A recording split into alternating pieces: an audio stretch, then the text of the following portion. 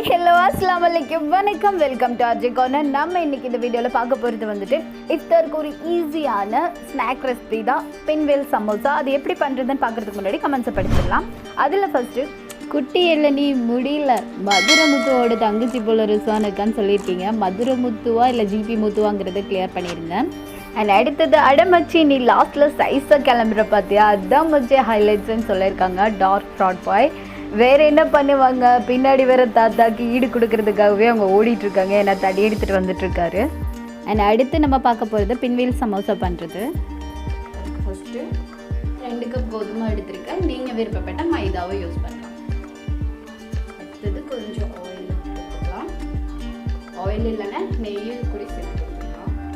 ஊற்றிட்டோம். இனி அடுத்து நமக்கு இந்த டிஷ்க்கு தேவையான கொஞ்சம் உப்பு போட்டு கொடுத்துடலாம். இனி இது ஃபுல்லாக வந்துட்டு மிக்ஸ் பண்ணி விட்டுடலாம். இந்த ஆயில் வந்து எல்லா சைடும் வர மாதிரி எல்லா சைடும் கலந்துட்டேன். இப்படி இங்கே பாருங்கள், இப்படி பிடிச்சு இந்த மாதிரி வரணும். ஸோ இந்த மாதிரி ஆயில் ஊற்றி நல்லா கலந்துக்கோங்க. கொஞ்சம் கொஞ்சமாக தண்ணி விட்டு குழச்சி எடுத்துடலாம். நல்லா சாஃப்டாக குழச்சி எடுத்துக்கோங்க.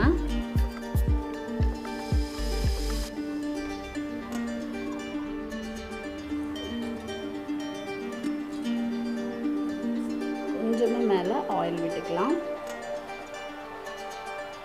ஆயில் விட்டு தேய்ச்சி இது வந்து ஒரு 20 நிமிஷத்துக்கு அப்படியே வச்சிடலாம். இது வந்து வேக வச்சு மசிச்சு வச்சுருக்க உருளைக்கிழங்கு.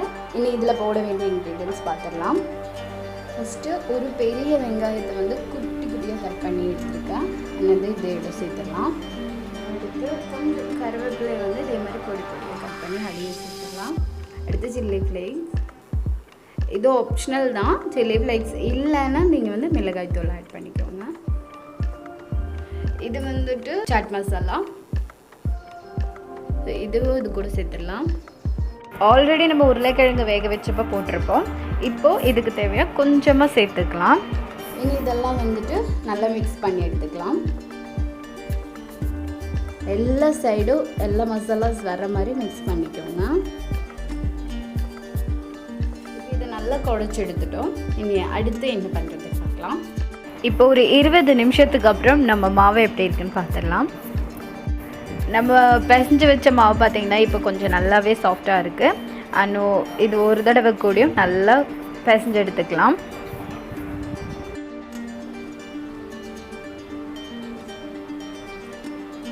இது குழச்சிட்டு 2 போர்ஷன்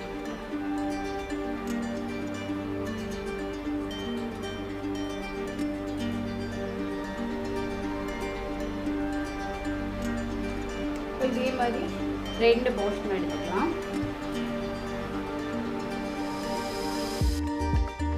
இது பருத்தி கொடுத்துடலாம்.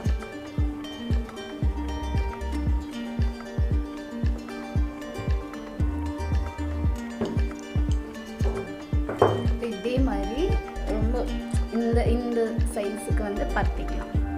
ஃபில்லிங் இருக்குல்ல, இது வந்து உருளைக்கிழங்கு ஸ்டஃப் ஃபில்லிங் இருக்குது. எல்லா பக்கம் வர மாதிரி போட்டுக்கலாம்.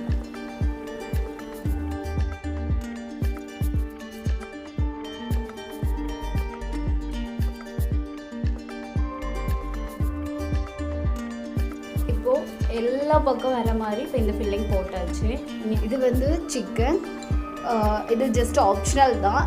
உங்கள்கிட்ட சிக்கன் இல்லை அப்படின்னா நீங்கள் இந்த ஒரு ஸ்டேஜ்லேயே வந்து நான் பண்ணுற மாதிரி பண்ணிக்கலாம்.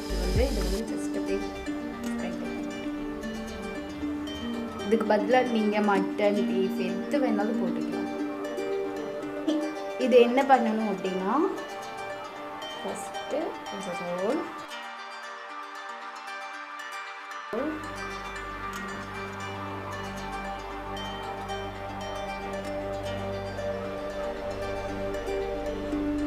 இந்த மாதிரி ரோல் பண்ணிட்டு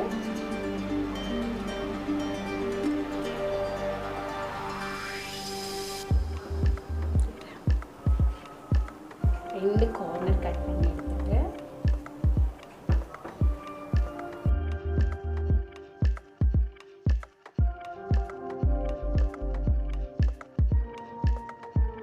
இப்போ இதிலேருந்து ஒன்று எடுத்துட்டு இதே மாதிரி நல்லா ப்ரெஸ் பண்ணி கொடுத்துடலாங்க.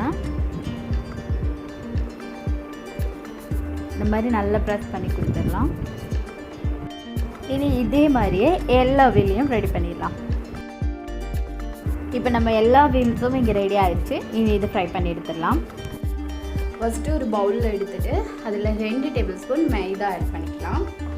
கொஞ்சமாக உப்பு, இனி தண்ணி ஊற்றி நல்லா கலந்துக்கலாம்.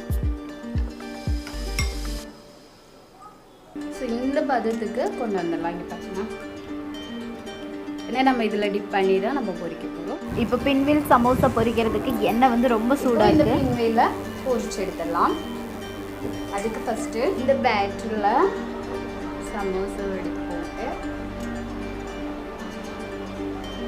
இன்னும் மைதா எல்லா இடத்துலையும் வர மாதிரி ஆகி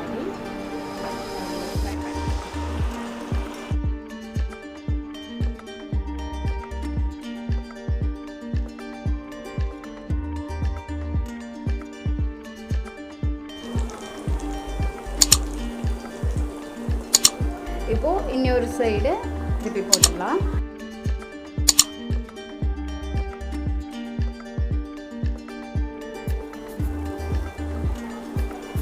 இப்போ பார்த்தீங்கன்னா நம்மளுடைய பின்வீல் சமோசா ரெடி ஆயிடுச்சு.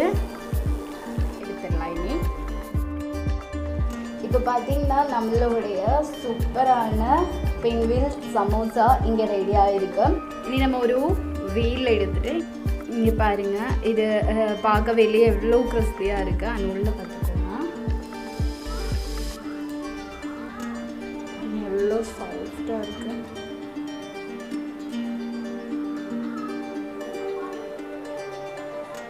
இது உங்களுக்காக. நீங்களும் இந்த இஃப்தாருக்கு இந்த ஈஸியான பின்வீல் சமோசாவை ட்ரை பண்ணி பாருங்கள். ட்ரை பண்ணிவிட்டு அது எப்படி இருந்ததுங்கிற ஃபீட்பேக்கையும் கமெண்ட்ஸில் சொல்லுங்கள்.